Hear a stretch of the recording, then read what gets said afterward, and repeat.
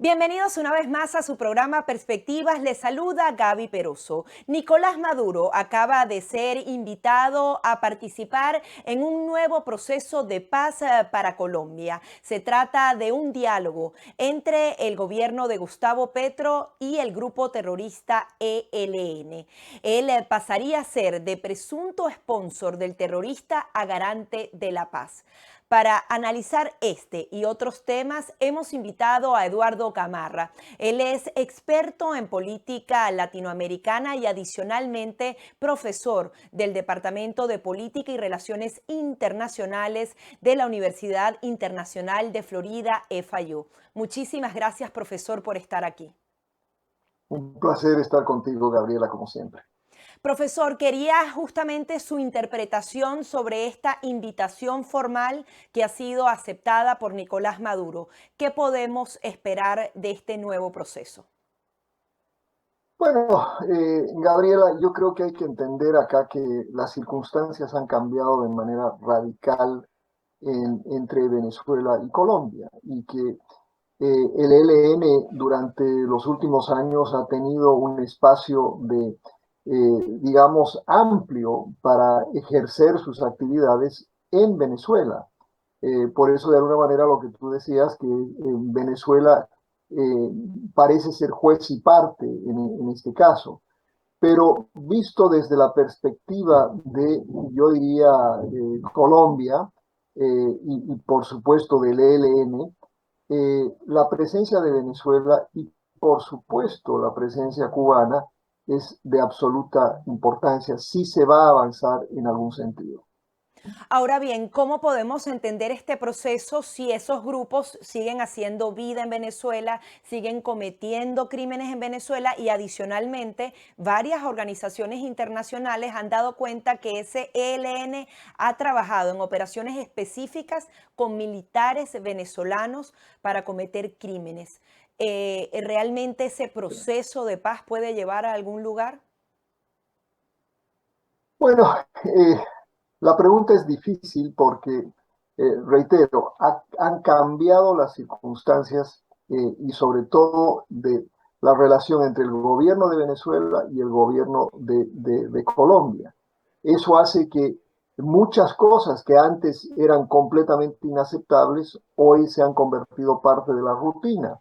Para Venezuela y para Colombia, de alguna manera, el hecho de que el ELN inclusive no solo tenga esa relación con militares venezolanos, pero que el ELN esté involucrado en actividades ilícitas, narcotráfico y otras actividades, ya tampoco es parte de la condena, digamos.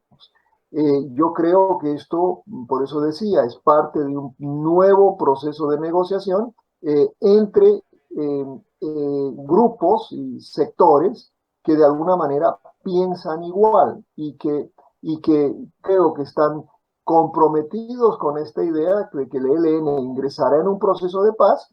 El proceso de paz culminará con el fin de las hostilidades y obviamente una serie de garantías para aquellos individuos que todavía están, bueno, ejerciendo actividades guerrilleras e ilícitas, ¿no? Sí, ahora viéndolo, tratando de entenderlo de un punto más optimista, se habla de la apertura total de esta frontera entre Colombia y Venezuela. Y obviamente el funcionamiento de estos grupos no debería entrar en ese juego porque vendrían nuevos comercios, nueva actividad para venezolanos y colombianos. A través de ese proceso de diálogo se podría un poco limpiar la frontera y los militares y los policías de ambas naciones podrían nuevamente tomar control de esto. ¿Usted cree que podría ser algo positivo para las relaciones comerciales entre ambas naciones?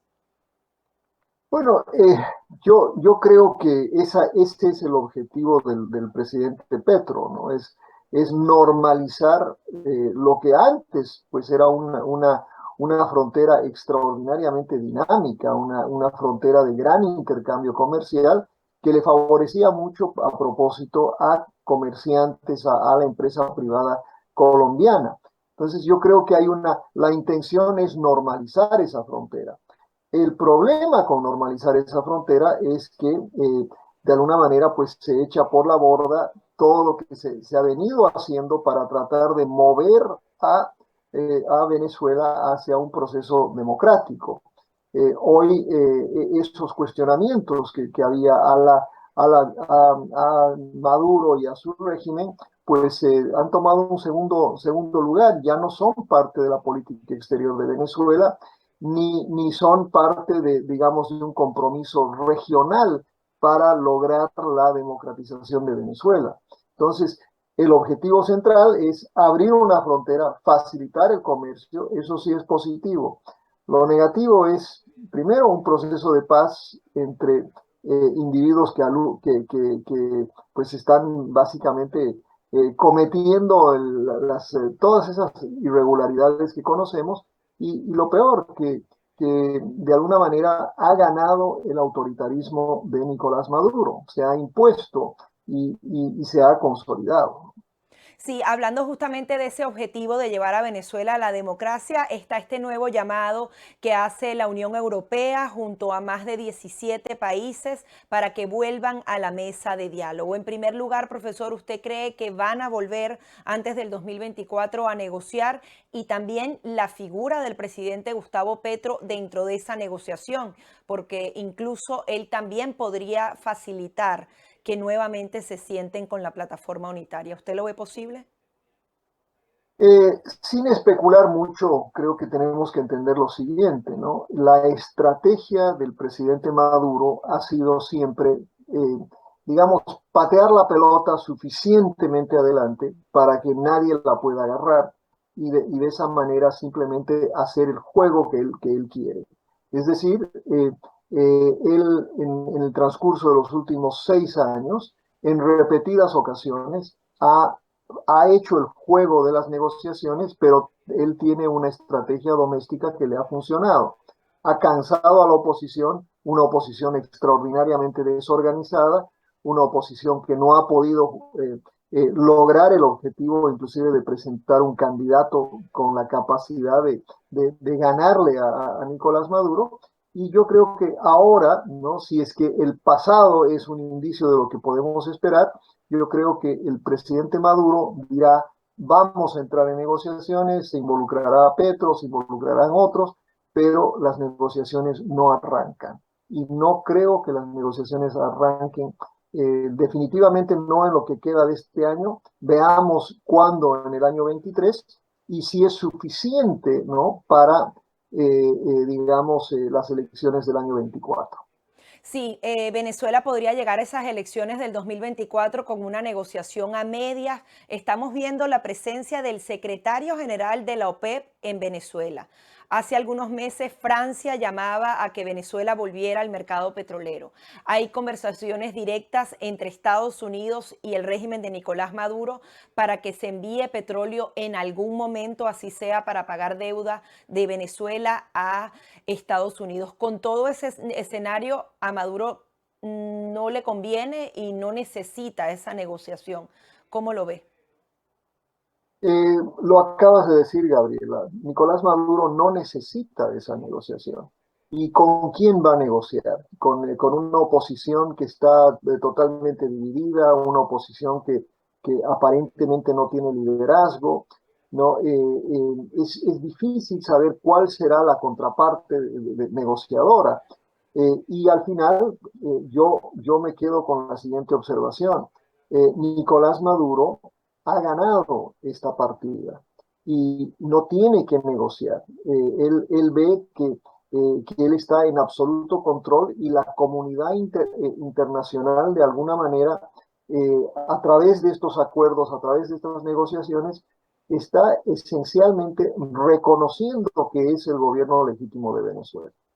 Ahora, escuchábamos declaraciones del nuevo canciller de Colombia en donde, por un lado, condenaba tajantemente al régimen de Ortega de Nicaragua y luego decía que no le gustaba ver por el retrovisor y que iban a recomponer todo lo que tenía que ver con Venezuela, incluso retirar esa denuncia hecha por Colombia ante la Corte Penal Internacional.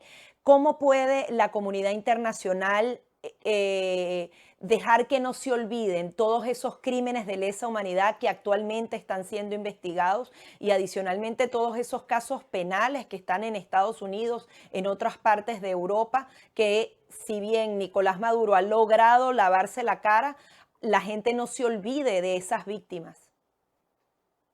Mira, Gabriela, es otra de esas preguntas que uno esperaría, ¿no? Que crímenes de lesa humanidad, violaciones a los derechos humanos, como los que hemos visto en Venezuela durante ya 2 décadas, ¿no? Que hayan instancias que no se olviden de eso, que hayan países que reconozcan que eso está, y que los ha cometido el gobierno que está en Caracas en este momento. Sin embargo, vivimos en una coyuntura política muy diferente, una guerra entre Rusia y Ucrania que ha cambiado, ¿no? El mundo y que ha hecho que la geopolítica tome, digamos, mayor importancia, mayor relevancia ante temas como estos de derechos humanos. Entonces, yo creo que si bien es algo que debe hacer la comunidad internacional, que deben hacer países, al menos aquellos que todavía tienen alguna dignidad en cuanto a derechos humanos, obviamente deberían hacer eso. Pero creo, como te digo, que hay otras consideraciones en este momento que parecen ser más importantes. Sí, profesor, quería también que nos pusiera en contexto cómo está impactada Latinoamérica con todo este tema de la guerra de Ucrania. Esta semana una reunión cara a cara entre el presidente de Rusia y el líder chino, y ellos con sus planes, al parecer, de crear ese nuevo orden mundial que atacaría directamente a Estados Unidos. ¿Cómo lo ve posible y cómo entra Latinoamérica en todo este nuevo contexto? Bueno, sabemos que hay un reposicionamiento, hay una situación que es difícil de entender verdaderamente lo que está sucediendo en la guerra.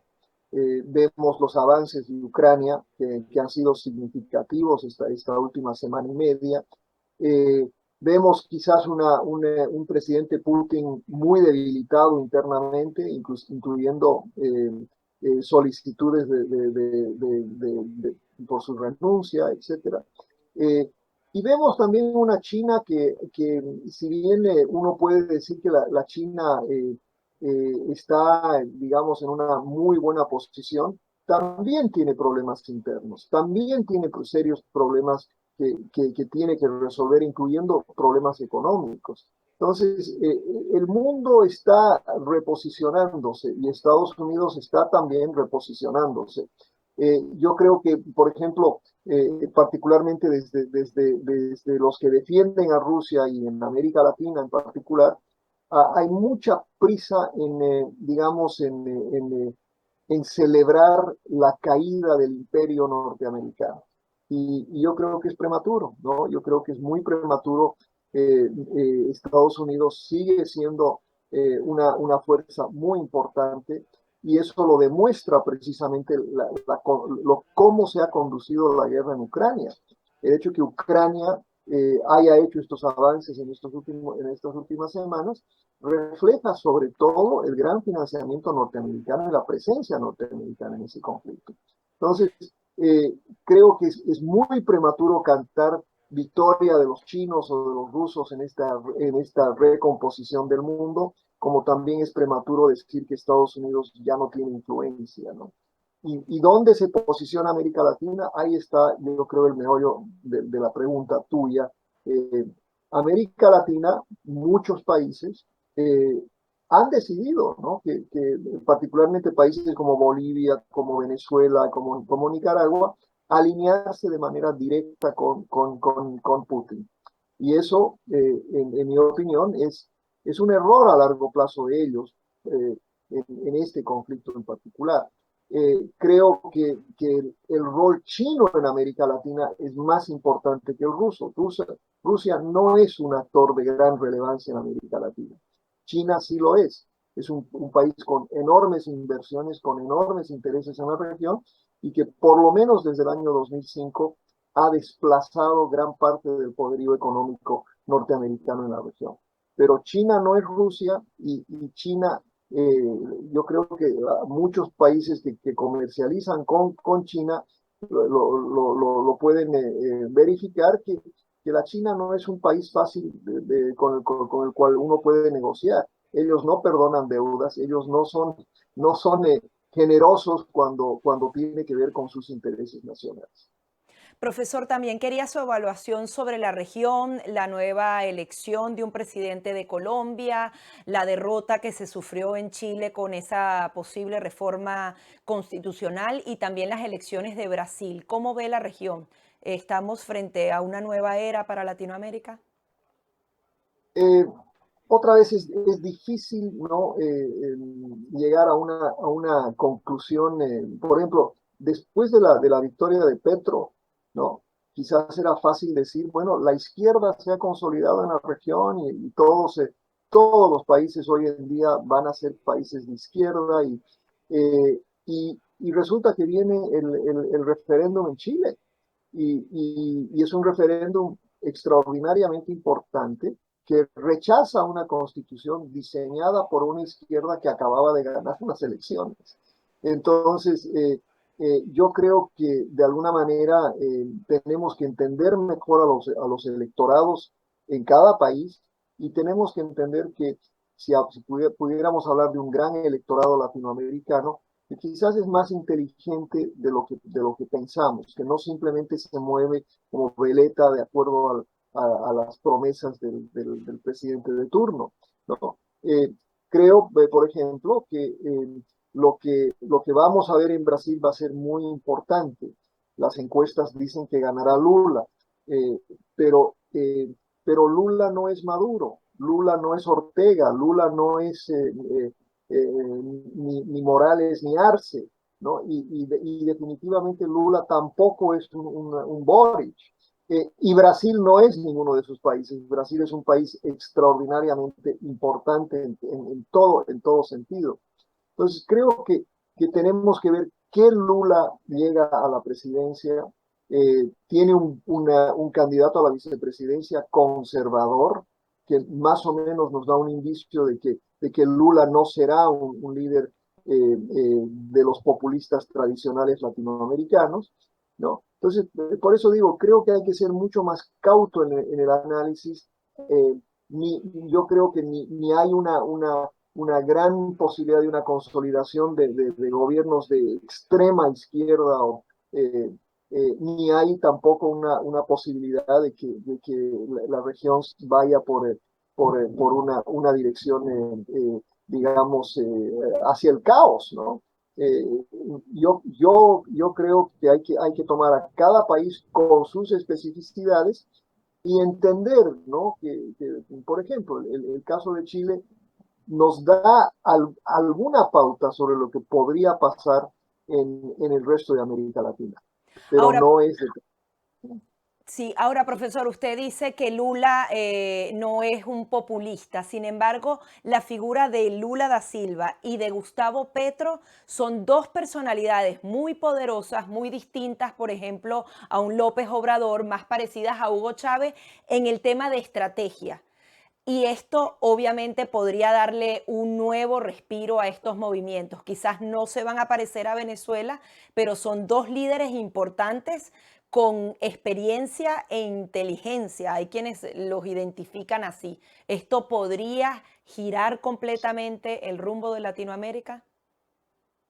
Eh, Mira, Gabriela, eh, yo siempre cuento la siguiente historia, ¿no? Particularmente el presidente Lula. Eh, en la Cumbre de las Américas en Mar del Plata, ¿ya? Todos se tomaron turnos, ¿no? Insultando a George Bush. Y George Bush, al retornar a Estados Unidos, ¿paró dónde? Paró en Brasil y se reunió con Lula. Y Lula y George Bush llegaron a tener una relación extraordinaria, según relatos de sus propios embajadores, ¿no? Y del mismo Bush. Lula fue un presidente diferente en una época que es diferente a la que vivimos actualmente. Creo que uno, en el caso de Lula sobre todo, no le prestemos tanta atención a la retórica de la izquierda, que él a propósito no la tiene tan dramática como otros candidatos en la región. Él está compitiendo contra un presidente de la derecha que acaba de ser endosado por Donald Trump, que le crea pues unos matices diferentes inclusive a esa campaña. Pero yo sí creo que Lula sobre todo tiene tiene todas las de perder si radicaliza su posición, especialmente en cuanto al manejo de la economía en Brasil. Brasil no es una economía como la boliviana o la hondureña o lo que, y acuérdate que soy boliviano, ¿no?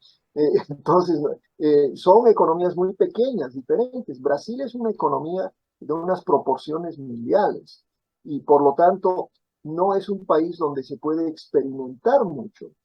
Y ahí es donde yo creo que inclusive si tomamos esa lección para ver lo que puede o no puede hacer Petro, Petro también tiene un ministro que es profesor de la Universidad de Columbia, unas políticas económicas y uno las puede discutir en cuanto a el contenido de las políticas que están presentando, pero no son radicales. Acá no estamos hablando de nacionalizaciones ni ninguna cosa como la que, por ejemplo, hizo Hugo Chávez al principio, o definitivamente lo que hizo pues, Fidel Castro en Cuba durante los inicios de la revolución. Entonces creo que lo que nos espera en el caso brasilero yo creo, el retorno de Lula, de un Lula sensato, y no un Lula populista irresponsable. Finalmente, profesor, ¿qué debe hacer Estados Unidos con respecto a esta política latinoamericana? ¿Tiene que tomar en cuenta, como usted dice, cada nación como un universo distinto y adicionalmente tener también una política un poco más generalizada hacia la región? Mira, Gabriela, lo primero que yo diría es que tiene que haber una política, porque lo que tenemos es una ausencia de políticas hacia América Latina. Y esa ausencia de políticas hacia América Latina no es exclusiva al presidente Biden. No la tuvimos bajo Trump, no la tuvimos en gran medida inclusive bajo Obama. Yo creo que en lo que vamos de este siglo hay una especie de lo que llamaban, ¿no? En inglés benign neglect, ¿no? Una América Latina simplemente no es importante en los intereses estratégicos de Estados Unidos. Hay temas que son muy álgidos, el tema migratorio, por ejemplo, que sí es un tema álgido, pero es álgido porque se convierte en un tema de política local en los Estados Unidos, de política doméstica. Eh, pero como bien sabemos, no hay una política migratoria sensata y se vuelve un área de confrontación entre republicanos y demócratas. No hay una posibilidad de crear una política migratoria sensata, de la misma manera que tampoco creo que tenemos no tenemos a ciencia cierta ni idea de lo que Washington planifica, por ejemplo, en casos donde debería haber política y muy firme, que es el caso de Haití. O sea, en Haití hay hambre, en Haití hay una hambruna, en Haití hay violencia extrema, Haití está, ¿no? A punto todos los días decimos lo mismo, está a punto de explotar y llegar pero no tenemos política. Y esto creo que es lo que pedirle a Washington que defina una política no es mucho. Y lo digo yo eh, como persona que votó por el presidente Biden, ¿no? Muchísimas gracias, profesor, por todo este análisis. Claro, con mucho gusto. Son las declaraciones de Eduardo Gamarra, quien es experto en política latinoamericana y también profesor del Departamento de Política y Relaciones Internacionales de la Universidad Internacional de Florida, FIU. Hasta aquí nuestro programa Perspectivas.